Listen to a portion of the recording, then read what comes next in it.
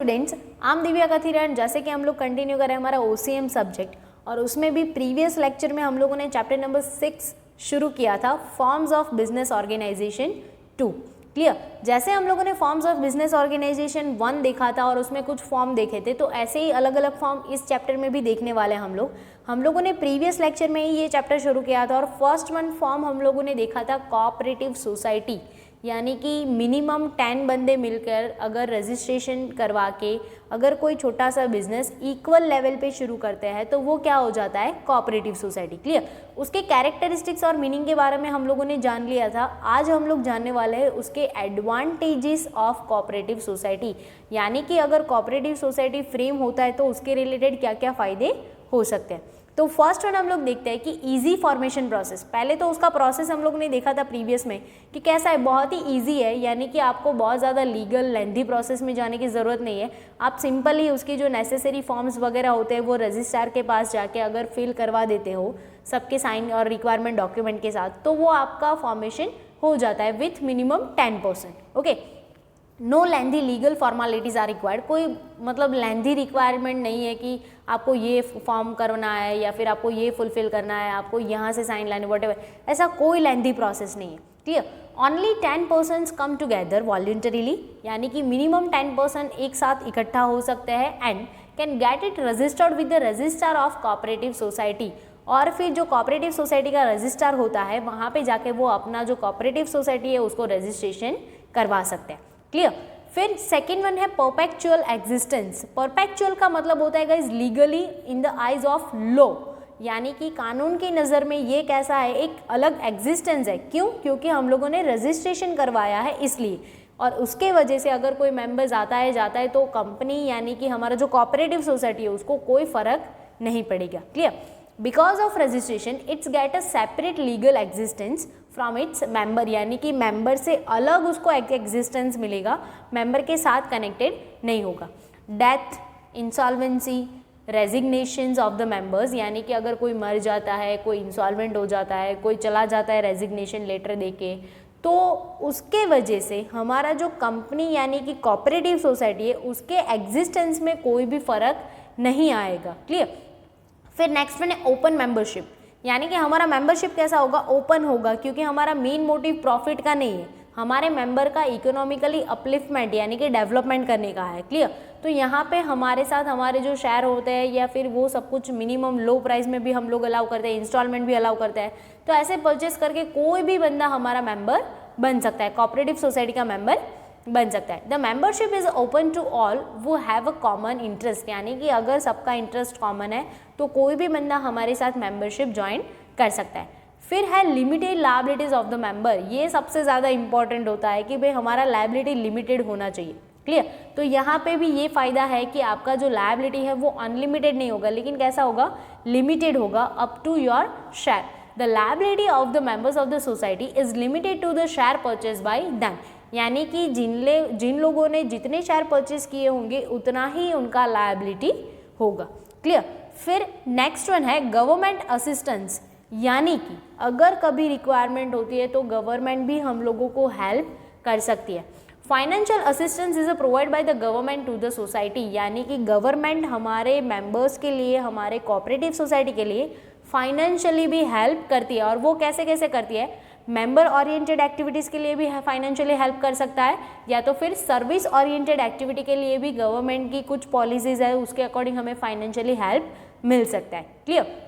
This assistance in the form of, ये assistance हम लोगों को हेल्प कैसे मिल सकता है, हम लोग लोन ले सकते हैं, ग्रांट हम लोगों को मिल सकता है, कभी कभी सब्सिडी भी हम लोगों को मिल सकता है। क्लियर। तो ऐसे गवर्नमेंट भी हम लोगों को फाइनेंशियली हेल्प कर सकता है, और वो मेंबर के लिए भी हो सकता है और सर्विस के लिए भी हो सकता है। फिर then after a democratic management, हम लोगों ने कल ही देखा था कि हमारा जो कोऑपरेटिव सोसाइटी का पूरा प्रोसेस है फ्रेमेशन का, वो कैसा है, डेमोक्रेसी की जैसा ही है। इट मीन्स कि यहाँ पे भी जो मैनेजमेंट है वो कैसा होने वाला है, डेमोक्रेटिक, यानी कि कोई बंदे हैं जिसको मैनेजमेंट में इंटरेस्ट है तो वो लोग क्या करेंगे, एज अ रिप्रेजेंटेटिव अपना नेम वहाँ पे लिखवाएंगे और खड़े रहेंगे इलेक्शन में, बाकी के मेंबर उसको इलेक्ट करेंगे और जो बंदा इलेक्ट होकर आएगा वो सब कुछ मैनेजमेंट करेगा। Clear. Every member have a single vote, यानी कि सबके पास एक एक सिंगल वोट ही रहेगा। Decision are taken by majority, majority से डिसीजन होगा। जैसे वोटिंग में क्या होता है, majority vote will win, clear, यानी कि वो जीत जाएंगे। Each member has a right to constant election, यानी कि हर किसी के पास इलेक्शन में पार्टीशन करने का राइट है। ऐसा नहीं है कि इतने ही बंदे इलेक्शन में पार्टीशन कर सकते हैं, जिसको मन है वो वहाँ पे इलेक्शन में खड़ा रह सकता है। Each member can participate in discussion and to elect representative, सारे मेंबर को राइट है कि वो डिस्कशन प्रोसेस में भी पार्टीशन कर सकता है और अपने जो रिप्रेजेंटेटिव है उसको भी चूज कर सकता है, क्लियर। फिर नेक्स्ट है लेस एडमिनिस्ट्रेटिव एक्सपेंस, यानी कि हमारे यहाँ पे जो मैनेजमेंट का खर्चा होता है वो कैसा होता है, बहुत ही कम होता है, यानी कि रिजनेबल होता है। The cooperative society is based on the principle of thrift, यानी कि हम लोग जितना भी एक्सपेंसेस करते हैं ना वो कैसा करते हैं, थ्रिफ्टली करते हैं, यानी कि सोच समझ के करते हैं, जहाँ पे ज़रूरत है वहाँ पे ही करेंगे, कुछ ज़्यादा और एक्स्ट्रा खर्चा हम लोग नहीं करेंगे, क्लियर, जितनी रिक्वायरमेंट है उतना करेंगे, clear. Management is also economical and advertisement expense is not incurred, यानी कि मैनेजमेंट इकोनॉमिकली भी सोचेगा कि भाई हमें यहाँ पे इतना खर्चा करना चाहिए, इतना नहीं करना चाहिए, कहाँ पे ज़्यादा करना है, कहाँ पे कम करना है, वो सब भी सोचेगा। साथ साथ में यहाँ पे हमारा एडवर्टाइजमेंट का एक्सपेंस नहीं होता है, तो इसलिए ओवरऑल जो हमारा कॉस्ट होता है वो कैसा हो जाएगा, कम हो जाएगा, क्लियर। फिर नेक्स्ट वन है स्पेशल क्लास ऑफ कस्टमर। अब ये कैसे पॉसिबल हो सकता है, mostly the members are the customer, mostly क्या होता है कि हमारे जितने मेंबर्स होते हैं ना वही हमारे कस्टमर्स होते हैं, वही हमारे प्रोडक्ट को परचेज ज़्यादा करते हैं। Members are a specific and goods are sold only to them, और हमारे मेंबर्स कैसे होते हैं, स्पेसिफिक होते हैं, यानी कि स्पेशल होते हैं हमारे लिए, और हम लोग सिर्फ गुड्स किसको सेल करते हैं, उन्हीं को सेल करते हैं, क्लियर। तो इसीलिए उसको एक स्पेशल क्लास जैसा भी फीलिंग आता है कि ये सिर्फ हमें ही मिलता है, बाकी और किसी को नहीं मिल सकता। यानी कि आपको अगर कोऑपरेटिव सोसाइटी से अगर कुछ परचेज करना है तो आपको पहले मेंबरशिप लेना पड़ेगा। फिर नेक्स्ट वन है strong competitor against trading institution. ये खास आज के ज़माने के लिए मतलब रिक्वायर्ड है कि बहुत सारी ऐसी कंपनीज है, बहुत सारे ऐसे कोऑपरेटिव मतलब बहुत सारे ऐसे बिजनेस एंटरप्राइज है जो सिर्फ अपने प्रॉफिट के बारे में ही सोचते हैं, और मतलब वो कैसे भी करके बाय हुक और क्रुक, चीटिंग वगैरह सब कुछ करके कस्टमर को एक्सप्लॉइट भी करते हैं, क्लियर। तो कोऑपरेटिव सोसाइटी क्या करता है, वो ज़्यादा से ज़्यादा क्वालिटेटिव प्रेजेंट करने की कोशिश करता है, तो ट्रेडिंग इंस्टीट्यूशन के लिए बहुत ही बड़ा कंपटीशन है ये, क्लियर। तो उसमें देखते हैं sometime the trading institution in the lure of, यानी कि वो क्या करते हैं, एक लालच में आ जाता है। कौन कौन से लालच में आ सकता है, फिर मोर प्रॉफिट, उसको बहुत ज़्यादा प्रॉफिट कमाने की चाहत होती है। इंजल्स इन द एडल्ट्रेशन, यानी कि फूड में सब मिक्सिंग विक्सिंग वगैरह करते रहता है। चीटिंग करता है, यानी कि फ्रॉड करने की ट्राई करता है। ब्लैक मार्केटिंग करता है, यानी कि सब कुछ स्टोर करके रखेंगे, जब ज़रूरत होगी तब मतलब ज़्यादा पैसे में वो निकालेंगे एंड ऑल दैट। ये सब कुछ चलता रहता है, क्यों, क्योंकि उनका मेन प्रॉफिट क्या, मेन मोटिव क्या होता है, प्रॉफिट का होता है। जबकि जो भी हमारा कोऑपरेटिव सोसाइटी है उसका सेकेंडरी मोटिव प्रॉफिट होता है, उसका मेन मोटिव तो क्या होता है कि हमारे मेंबर्स का इकोनॉमिकली डेवलपमेंट होना चाहिए, clear. A cooperative society can stand as a strong competitor against the trading institution. अब ये क्या है, एक ट्रेडिंग इंस्टीट्यूशन के अगेंस्ट एक बहुत ही स्ट्रॉन्ग कॉम्पिटिटर है। कैसे है, because a cooperative society and ensure the economic upliftment. Cooperative society क्या करता है, अपने जो मेंबर्स है उसके इकोनॉमिकली अपलिफ्टमेंट के बारे में सोचता है, इकोनॉमिकली हमारे मेंबर कैसे आगे बढ़े उसके बारे में सोचता है। Social and economic justice to the members, यानी कि हमारे यहाँ पे हमारा मेन मोटिव हमारे मेंबर्स है, उसका डेवलपमेंट होना चाहिए, उसका अपलिफ्टमेंट होना चाहिए, इकोनॉमिकली नॉन इकोनॉमिकली सबके लिए वजह से। और इसीलिए हमारा मेन मोटिव प्रॉफिट का नहीं होता है और हम लोग चीटिंग फ्रॉड करने की कोशिश नहीं करते हैं। ज़्यादातर ये कोशिश रहता है कि हमारे जो मेंबर्स है, हमारे जो कस्टमर्स है, उसको अच्छे से अच्छा गुड्स और मतलब क्वालिटेटिव प्रोडक्ट मिल पाए। It's a free from unfair trade practices, यानी कि हम लोग अनफेयर कभी भी करने की कोशिश नहीं करेंगे, यानी कि ज़्यादा प्राइस में गुड्स बेचते हैं, क्वालिटी कम देते हैं, ऐसा करने की कभी भी कोशिश नहीं करेंगे, क्लियर। फिर नेक्स्ट वन जो हमारा है वो है welfare activities for the society. अब हम लोग सिर्फ प्रॉफिट या फिर मेंबर्स के बारे में ही नहीं ध्यान देते, हम लोग हमारे आसपास की कम्युनिटी, हमारे मेंबर्स के रिलेटेड थोड़ा बहुत वेलफेयर एक्टिविटीज़ भी करता है। कैसे करता है, it conduct the welfare activities like, यानी कि हमारे जो मेंबर्स है उसको पैम्पर करना भी बहुत ज़रूरी है। सिर्फ ऐसा मतलब पैम्परिंग ही नहीं करना है कि भाई चलो आप मतलब भगवान हो एंड ऑल दैट, लेकिन उसका ख्याल रखना ज़्यादा ज़रूरी है। ओवर पैम्परिंग भी नहीं करना है और अंडर पैम्परिंग भी नहीं करना है, हमें उसको रीजनेबली जितना ट्रीट करना चाहिए उतना प्रॉपरली ट्रीट करना चाहिए। क्लियर। अब वो कैसे कर सकते हैं हम लोग, उसको वेलफेयर एक्टिविटीज़ कैसे दे सकते हैं, मेडिकल डायग्नोसिस कैंप रख सकते हैं, लो प्राइस में भी हो सकता है या तो फिर फ्री ऑफ कॉस्ट में भी हो सकता है, डिस्पेंसरीज दे सकते हैं यानी कि हॉस्पिटल का थोड़ा बहुत जो भी मतलब उसका एक्सपेंसेस है उसको दे सकते हैं, स्कूल्स उसके बच्चों के लिए, फिर गार्डन्स है, एंटरटेनमेंट का थोड़ा बहुत फैसिलिटी है, तो ये सब कुछ भी हम लोग हमारे मेंबर को अलाउ कर सकते हैं। क्लियर। फिर है ट्रेनिंग स्कूल फॉर डेमोक्रेसी। हम लोगों ने देखा कि जैसे कोऑपरेटिव सोसाइटी का इलेक्शन होता है वो पूरा डेमोक्रेटिक कंट्री की तरह ही होता है, तो यहाँ पे क्या है कि पूरा आपको एक डेमोक्रेसी का ही एक एग्जाम्पल देखने को मिलता है, तो हम लोग उसको उसका ट्रेनिंग स्कूल भी बोल सकते हैं। Clear. Democracy predominant in the management of the society, हमारे यहाँ पे पहले से ही डिसाइडेड है कि हमें ऐसे ही फॉलो करना है। It's a give the more importance to human beings rather than capital, हमारे यहाँ पे इंपॉर्टेंस किसे दिया जाता है, हमारे मेंबर्स हमारे ह्यूमन बींग्स को दिया जाता है, ना कि कैपिटल को। Cooperative society is a training school for providing the education of the ideal principle of a democratic management. हम लोग हमारा यहाँ पे जो मैनेजमेंट होता है वो कैसे करते हैं कि हमारे यहाँ पे रिप्रेजेंटेटिव खड़े होते हैं, सब उसको वोट देते हैं, मेजोरिटी विल विन्स और फिर वही मैनेजमेंट करेगा, यानी कि ये पूरा जो प्रोसेस है मैनेजमेंट का वो भी कैसा है, डेमोक्रेटिक कंट्री के जैसा ही है, तो इसीलिए हम लोग उसको उसका ट्रेनिंग स्कूल भी बोल सकते हैं। और फिर लास्ट वन है economic upliftment and growth of member. Yes, हमारा मेन मोटिव ही हमारे मेंबर्स है, हमारे एम्प्लॉयज़ है, यानी कि हमारे ह्यूमन बींग्स है, तो उसके रिलेटेड जितना भी हम लोग कोशिश कर सकते हैं उसके अपलिफ्टमेंट के लिए, उसके इकोनॉमिकली बेटर स्टैंडर्ड्स के लिए, तो वो हम लोग यहाँ पे करेंगे। Cooperative society gives a importance contribution toward the growth of its member, यानी कि हम हमारे मेंबर का ज़्यादा से ज़्यादा ग्रोथ कैसे हो सकता है उसके बारे में सोचेंगे।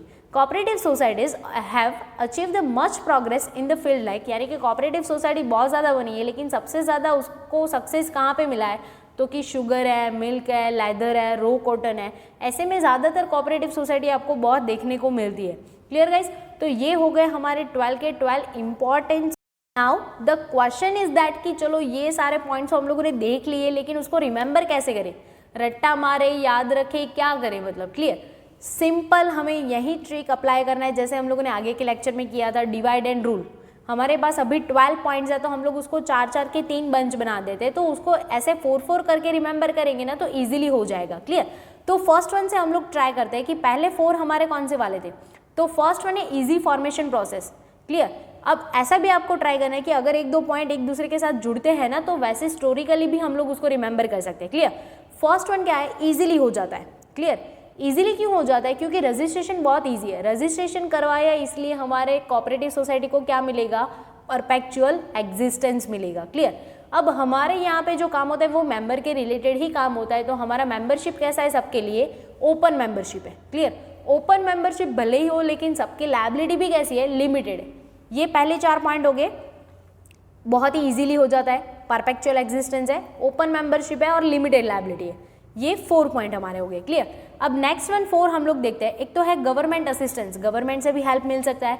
फिर डेमोक्रेटिक मैनेजमेंट, गवर्नमेंट हेल्प करता है इसलिए हम लोग हमारा जो मैनेजमेंट है उसको डेमोक्रेटिकली भी चला सकते हैं। ऐसा हम लोग सिर्फ याद रखने के लिए हम लोग बना सकते हैं, गवर्नमेंट हेल्प करता है, डेमोक्रेटिक है, लेस एडमिनिस्ट्रेटिव एक्सपेंस है और स्पेशल क्लास भी मिलता है मेंबर्स को। क्लियर। ये बाकी के 4 हो गए, गवर्नमेंट असिस्टेंस, फिर democratic management, less administrative expenses and special class of member.